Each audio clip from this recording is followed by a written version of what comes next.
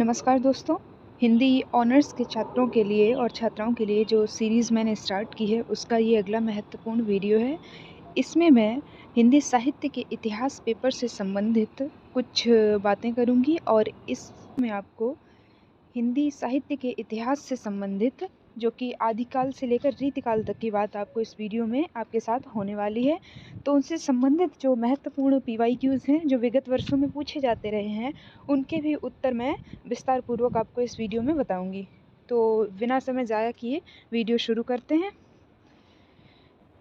सबसे पहले बात करते हैं हिंदी साहित्य इतिहास लेखन की परंपरा।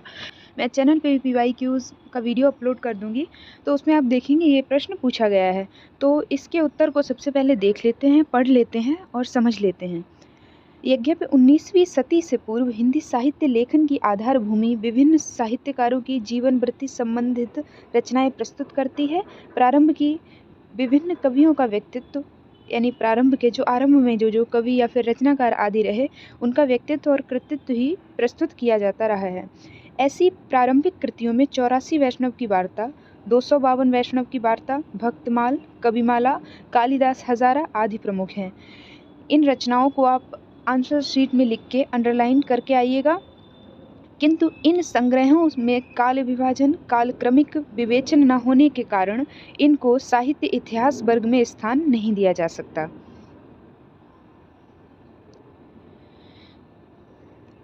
आगे बात करते हैं हिंदी साहित्य के विभाजन में या फिर हिंदी साहित्य का जो काल विभाजन हुआ या फिर किन किन विद्वानों का हिंदी साहित्य के संबंध में विशेष रूप से योगदान, साहित्य के किन किन विद्वानों का हिंदी साहित्य के संबंध में ऐतिहासिक रूप से योगदान देखने को मिलता है, उन पर विस्तार से चर्चा आपको देखने को मिलेगी। पढ़ लेते हैं। सबसे पहले विद्वान है गारसा द तासी।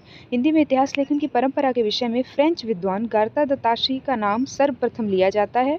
इन्होंने फ्रेंच भाषा में इस्तवार दला लिटरेतर एदोई ए हिंदुस्तानी ग्रंथ लिखा, जिसमें हिंदी और उर्दू के अनेक कवियों का विवरण वर्ण क्रमानुसार दिया गया है। इसका प्रथम भाग 1839 में तथा द्वितीय 1847 ईस्वी में प्रकाशित हुआ था।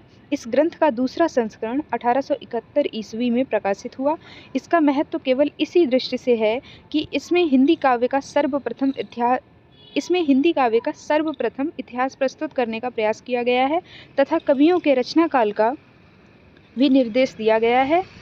अन्यथा कवियों को कालक्रम के स्थान पर अंग्रेजी वर्ण क्रम से प्रस्तुत करना, काल विभाजन एवं युगीन प्रवृत्तियों के विवेचन का कोई प्रयास न करना, हिंदी के कवियों में इतर भाषाओं को घुलमिला देना आदि ऐसी त्रुटियां हैं जिनके कारण इसे इतिहास मानने में संकोच होता है। तो यहाँ पर सबसे पहले ये बताया मैंने कि गारसा द तासी का क्या योगदान रहा है। इनकी जो पुस्तक है या फिर ऐतिहासिक ग्रंथ है हिंदी साहित्य के संबंध में, उसको प्रामाणिक न मानने के पीछे क्या कारण है या फिर संकोच आदि क्यों किया जाता है, ये भी मैंने आपको बताया है। अगले जो महत्वपूर्ण विद्वान हैं वो हैं शिव सिंह सेंगर। हिंदी साहित्य इतिहास में लेखन की परंपरा में शिव सिंह सेंगर का नाम विशिष्टता के साथ लिया जाता है। गारसा द तासी की परंपरा को आगे बढ़ाने का श्रेय इन्हें ही जाता है। इन्होंने शिव सिंह सरोज 1883 ईस्वी में लगभग 1 सहस्त्र भाषा कवियों का जीवन चरित्र उनकी कविताओं के उदाहरण सहित प्रस्तुत करने का प्रयास किया है। शिव सिंह सरोज जो कि शिव सिंह सेंगर जी द्वारा रचित ग्रंथ है के विषय में कहा जा सकता है कि यह हिंदी का एक ऐसा पहला ग्रंथ है जो परवर्ती साहित्य इतिहास लेखन का आधार ग्रंथ बना। अन्य महत्वपूर्ण विद्वान हैं जॉर्ज ग्रियर्सन। इनके बारे में बात करते हैं। सन 1888 में एशियाटिक सोसाइटी ऑफ बंगाल की पत्रिका के विशेषांक के रूप में जॉर्ज ग्रियर्सन द्वारा रचित the modern vernacular literature of Hindustan का प्रकाशन हुआ। आपको इन सभी विद्वानों के नाम तो याद करने ही है, साथ ही साथ इनके जो महत्वपूर्ण ग्रंथ हैं जिनको मैंने फिर से शुरू करते हैं।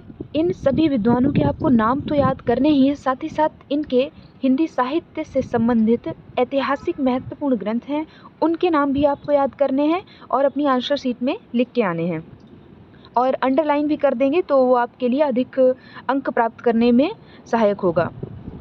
आगे बात करते हैं। इसमें लेखक ने कवियों और लेखकों का काल क्रमानुसार वर्गीकरण करते हुए उनकी प्रवृत्तियों को भी स्पष्ट करने का प्रयास किया है। मुख्य बात यह है कि उन्होंने यानी शिव सिंह सेंगर ने हिंदी साहित्य का भाषा की दृष्टि से क्षेत्र निर्धारित करते हुए स्पष्ट किया जा सकता है और न ही अरबी फारसी मिश्रित उर्दू को। प्रत्येक काल के गौण कवियों का अध्याय विशेष के अंत में उल्लेख किया। विभिन्न युगों की काव्य प्रवृत्तियों की व्याख्या करते हुए उनसे संबंधित सांस्कृतिक परिस्थितियों और प्रेरणा स्रोतों के उद्घाटन का प्रयास इन्होंने किया है।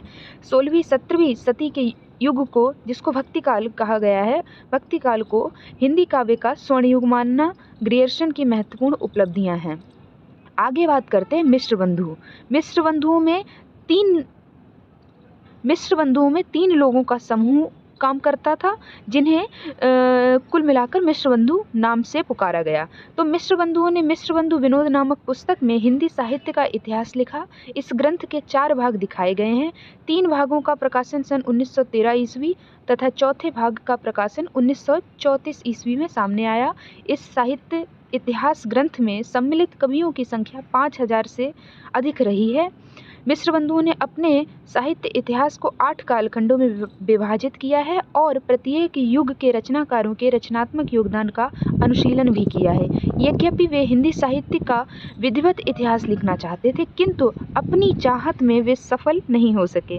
फिर भी ऐतिहासिक महत्व की दृष्टि से मिश्र बंधु विनोद, जिसे मिश्र बंधुओं द्वारा लिखा गया है, के अस्तित्व को अस्वीकार नहीं किया जा सकता है।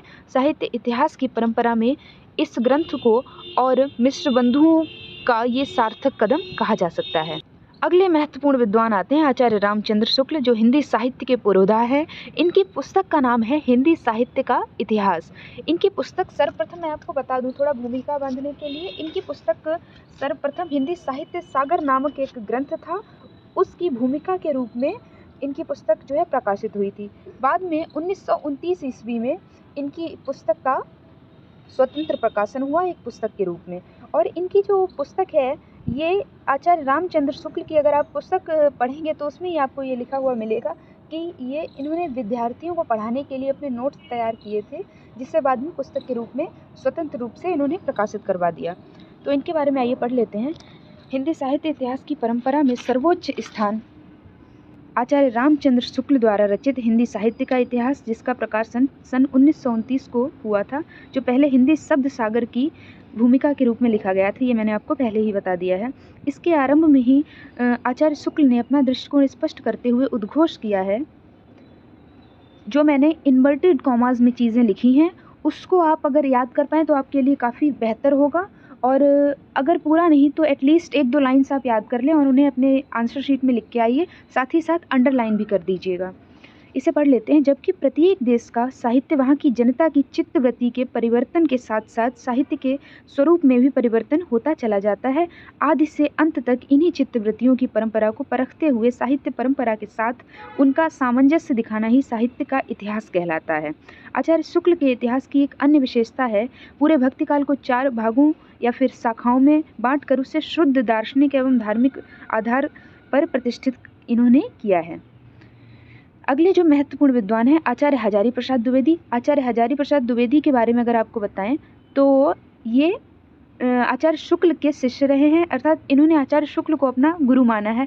किंतु अगर आप विडंबना देखेंगे तो आपको हिंदी साहित्य के इतिहास में देखने को मिलेगा कि इन्होंने ही सबसे अधिक आचार्य शुक्ल की बातों का खंडन भी किया है। तो ये आप विडंबना कह लीजिए या फिर कुछ भी कह लीजिए, ये आप जब हिंदी साहित्य के इतिहास में गहराई से जाएंगे, तथ्यों को पढ़ेंगे, परखेंगे, तो आपको ये तथ्य देखने को मिलेगा। इनके बारे में पढ़ लेते हैं।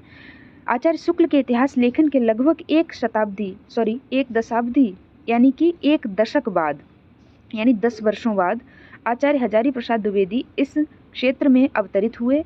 उनकी हिंदी साहित्य की भूमिका क्रम और पद्धति की दृष्टि से इतिहास के रूप में प्रस्तुत नहीं है, किंतु उसमें प्रस्तुत विभिन्न स्वतंत्र लेखों में कुछ ऐसे तथ्यों और निष्कर्षों के रूप में प्रस्तुत नहीं है, किंतु जो हिंदी के इतिहास लेखन के लिए नई दृष्टि, नई सामग्री और नई व्याख्या प्रदान करते। उन्होंने अत्यंत सशक्त स्वरों में उद्घोष किया कि भक्ति आंदोलन न तो तदयुगीन पराजित हिंदू जाति की निराशा से उद्वेलित है, न ही इस्लाम की प्रतिक्रिया है। इस प्रसंग में उन्होंने स्पष्ट शब्दों में इस्लाम के प्रभाव का खंडन करते हुए लिखा है। इसको आप इन्वर्टेड कॉमास में एज इट इज़ लिख के आइएगा। मैं इस्लाम के महत्व को भूल नहीं रहा हूँ, लेकिन जोर देकर कहना चाहता हूँ कि अगर इस्लाम ना आया होता तो भी इस साहित्य का 12 आना वैसा ही होता जैसा आज है। तो इन्होंने इस्लाम को, जिन लोगों ने माना है कि इस्लामिक आक्रमण के चलते हिंदी साहित्य में भक्ति काल का उदय हुआ, तो उस बात का खंडन करते हुए हजारी प्रसाद द्विवेदी जी यहाँ पर नजर आते हैं। आगे बढ़ लेते हैं। वस्तुतः भाव विचार, तर्क पद्धति, भाषा शैली आदि के आधार पर हजारी प्रसाद द्विवेदी ने सिद्ध किया है कि हिंदी का संत काव्य पूर्ववर्ती सिद्धों व नाथपंथियों के साहित्य का सहज विकसित रूप है, अतः उसे केवल इस्लाम पर आधारित मानने की आवश्यकता नहीं है। यानी हजारी प्रसाद द्विवेदी जी हिंदी साहित्य में भक्ति के उदय के पीछे कहीं ना कहीं भक्त कवियों की सहायक भूमिका को मानते चलते हैं। हिंदी साहित्य की भूमिका के अनंतर द्विवेदी जी के इतिहास संबंधी कुछ और रचनाएं भी प्रकाशित हुई हैं। हिंदी साहित्य उद्भव और विकास, ये इनकी हिंदी साहित्य से संबंधित महत्वपूर्ण पुस्तक है। हिंदी साहित्य का आदिकाल आदि। वस्तुतः वे पहले व्यक्ति हैं जिन्होंने आचार्य शुक्ल की अनेक धारणाओं और स्थापनाओं को चुनौती देते हुए उन्हें सबल प्रमाणों के आधार पर खंडित किया है। ये मैंने आपको ऊपर बता दिया है। आचार्य द्विवेदी ने जहाँ परंपरा पर बल दिया, वहाँ आचार्य शुक्ल ने युग स्थिति पर। अतः कहा जा सकता है कि दोनों के मत इस दृष्टि से एक दूसरे के पूरक हैं। जहाँ तक ऐतिहासिक चेतना व पूर्व परंपरा के बोध की बात है, निश्चय ही आचार्य द्विवेदी हिंदी के सबसे अधिक सशक्त इतिहासकार हैं। अगले जो महत्वपूर्ण विद्वान हैं डॉक्टर राम कुमार वर्मा, इनके बारे में पढ़ लेते हैं कि इनके क्या मत थे हिंदी साहित्य के इतिहास से संबंधित। तो आचार्य द्विवेदी के साथ साथ इस क्षेत्र में अवतरित होने वाले एक अन्य विद्वान डॉक्टर राम कुमार वर्मा ने हिंदी साहित्य का आलोचनात्मक इतिहास, जिसका प्रकाशन सन 1938 में हुआ था, 693 ईस्वी में, या फिर यूँ कहें 693 ईस्वी से 1693 ईस्वी तक की काल अवधि को ही लिया है।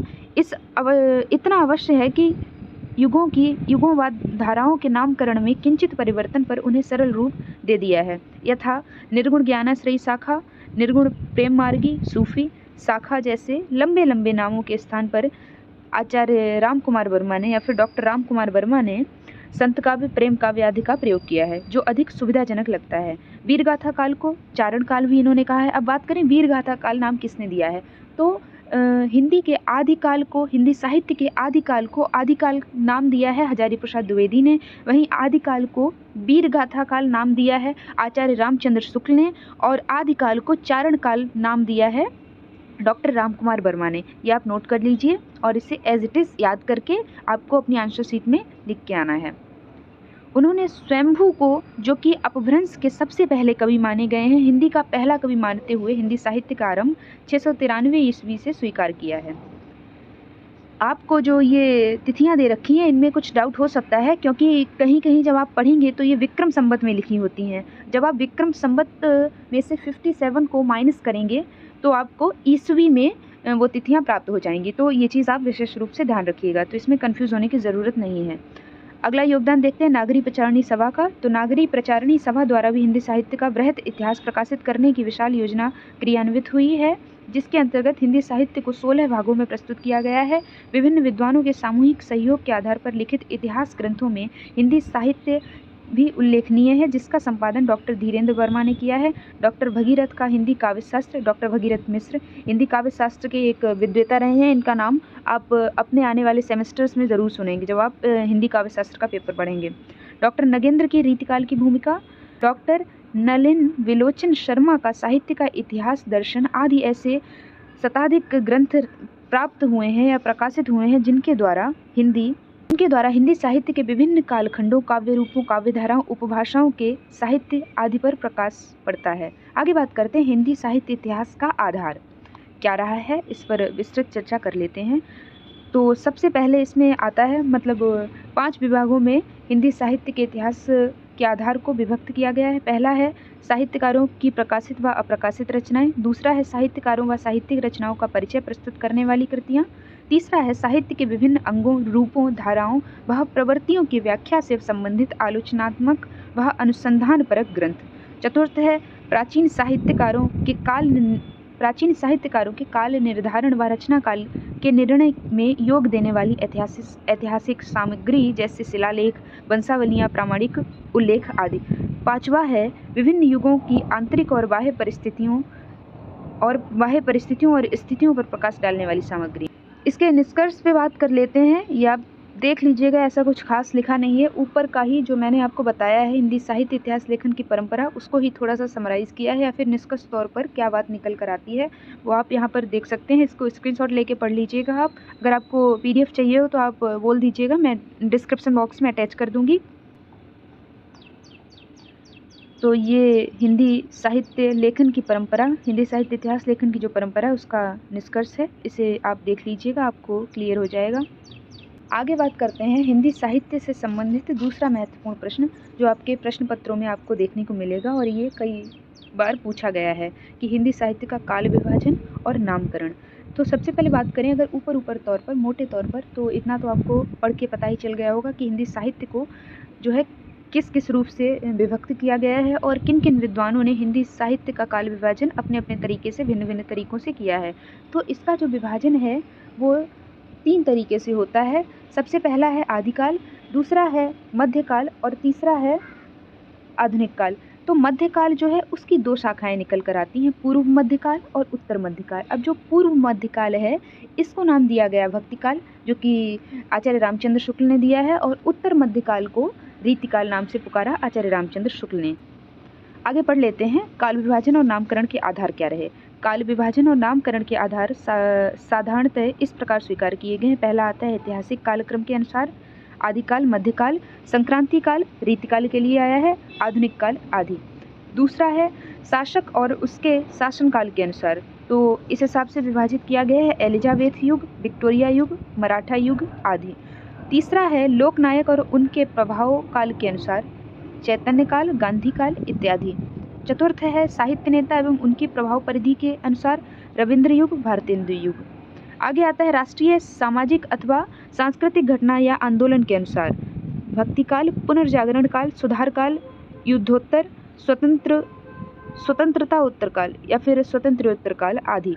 आगे बात करते हैं छठा रोमानी युग, रीतिकाल, छायावाद युग। अब बात करते हैं काल विभाजन की पद्धतियां क्या रही हैं। तो प्रथम पद्धति के अनुसार संपूर्ण इतिहास को 4 या कालखंडों में, 4 युगों या कालखंडों में विभक्त किया गया है, जो कि हैं आदिकाल, भक्तिकाल, रीतिकाल तथा आधुनिक काल। आचार्य शुक्ल तथा उनके अनुसरण पर काशी नागरी प्रचारणी सभा द्वारा इसी को ग्रहण किया गया है।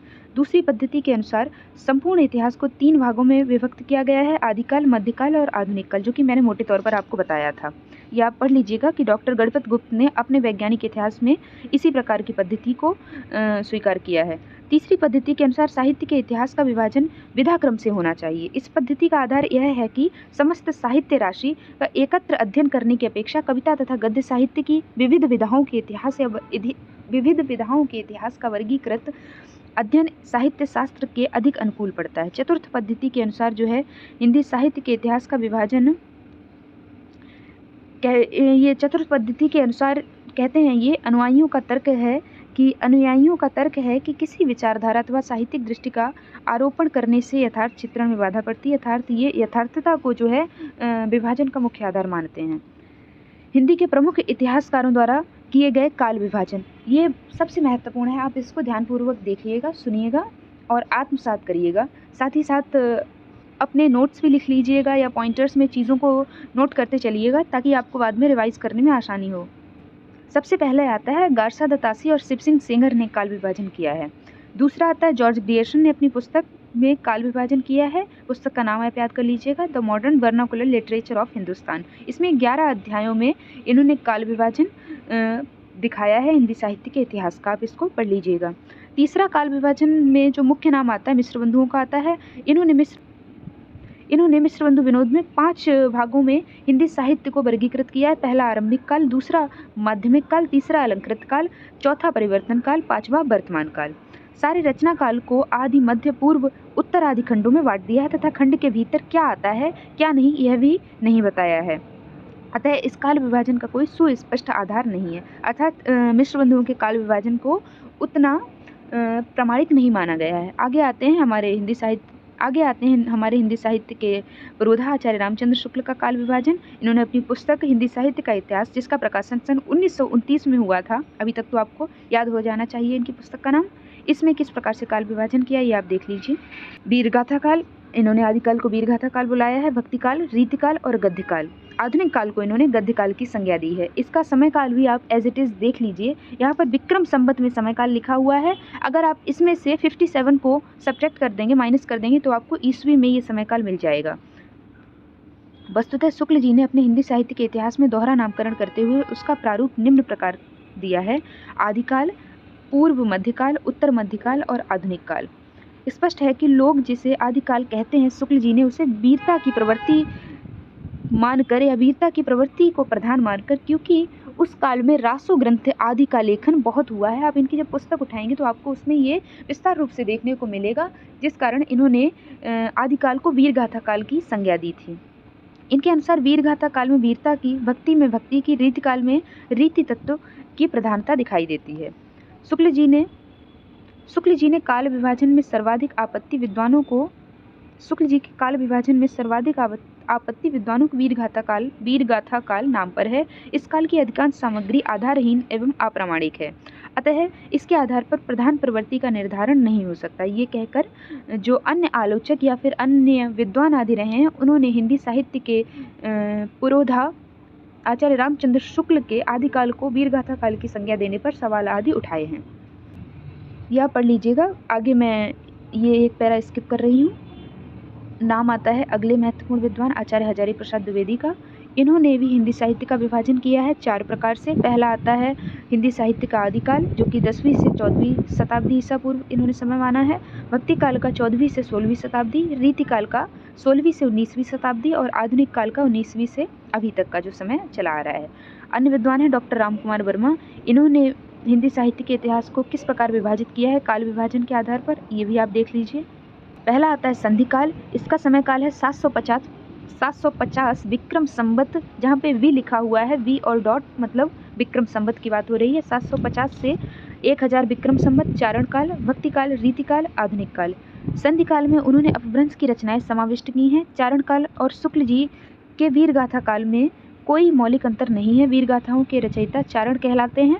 शुक्ल जी ने नामकरण रचना की प्रवृत्ति के आधार पर किया, जबकि डॉक्टर वर्मा ने रचना के आधार पर किया। शुक्ल जी ने जो है किसी भी काल विशेष का नामकरण जो है रचना की प्रवृत्ति के आधार पर किया है, और डॉक्टर रामकुमार वर्मा ने रचना कार्य के आधार पर कि रचना काल का समय किस युग से किस युग तक ठहरता है या किस सन से किस सन तक ठहरता है, उस आधार पर इन्होंने काल विभाजन किया है या फिर नामकरण किया है। अगले महत्वपूर्ण विद्वान आते हैं डॉक्टर गणपति चंद्र गुप्त। इन्होंने 3 भागों में विभाजित किया है हिंदी साहित्य को: प्रारंभिक काल, मध्यकाल और आधुनिक काल। आप ये देख लीजिए, पढ़ लीजिएगा। आधुनिक काल को आचार्य रामचंद्र शुक्ल ने गद्यकाल नाम से अभिहित किया है। आचार्य द्विवेदी ने इसे 1800 से 1952 ईस्वी तक स्वीकार किया है, जो अधिक तर्कसंगत जान पड़ता है। इसको थोड़ा सा स्किप कर देते हैं। पाश्चात्य काव्य विधा के आधार पर विविध वादों के भी दर्शन होने लगे, यथा रहस्यवाद, यथार्थवाद, प्रतीकवाद, अस्तित्ववाद। आगे बात करते हैं साहित्य की शाश्वत धारा में जो उत्थान पतन अंकित होते गए, उन्हीं के आधार पर भारतेंदु युग, द्विवेदी युग, छायावादी युग, प्रगतिवादी युग तथा प्रयोगवादी युग हमारे सामने आते चले गए हैं। यहाँ पर जो है आधुनिक काल को फर्दर किस तरह से डिवाइड किया गया है, ये आप जब आधुनिक काल आपके सिलेबस में लगेगा, आपके पाठ्यक्रम में लगेगा, तो आप उसके वर्गीकरण को पूरा पढ़ेंगे आप, तब आपको पता चलेगा कि आधुनिक काल जो है वो भी किस तरह से भारतेंदु युग, द्विवेदी युग, छायावादी युग, प्रगतिवादी युग और प्रयोगवादी युग और अभी जो चल रहा है समकालीन युग, इन भागों में डिवाइड होता है। या फिर ऐसे भी हम कह सकते हैं कि छायावाद के पश्चात जितनी भी रचनाएं हुई हैं या फिर जो कालखंड शुरू हुआ था उसको छायावाद उत्तर भी कह देते हैं, अर्थात छायावाद के उत्तर काल में आने वाला जो काल है उसको छायावाद उत्तर काल की संज्ञा दी गई है। इस लक्ष्य को आधार मानकर हिंदी साहित्य का काल विभाजन तथा नामकरण सामान्यतः इस प्रकार किया जा सकता है। ये आप देख लीजिए, मैंने समराइज करने के लिए यहाँ पर लिख दिया है ताकि आप जो है एज इट इज़ इसको लिख लें या स्क्रीनशॉट ले लें और बाद में आपके लिए रिवाइज करने में आसानी हो। तो यहाँ पर जो है वीडियो हमारी ख़त्म होती है। बाकी अगर आपको वीडियो इन्फॉर्मेटिव लगी हो तो वीडियो को लाइक करें, क्योंकि काफ़ी मेहनत लगती है वीडियो बनाने में, और चैनल को सब्सक्राइब ज़रूर करें। अपने दोस्तों के साथ में वीडियोज़ को शेयर करें, और आपको अगला वीडियो किस टॉपिक पे चाहिए ये भी आप कमेंट सेक्शन में बता सकते हैं। बाकी वीडियो देखने के लिए आपका बहुत बहुत शुक्रिया।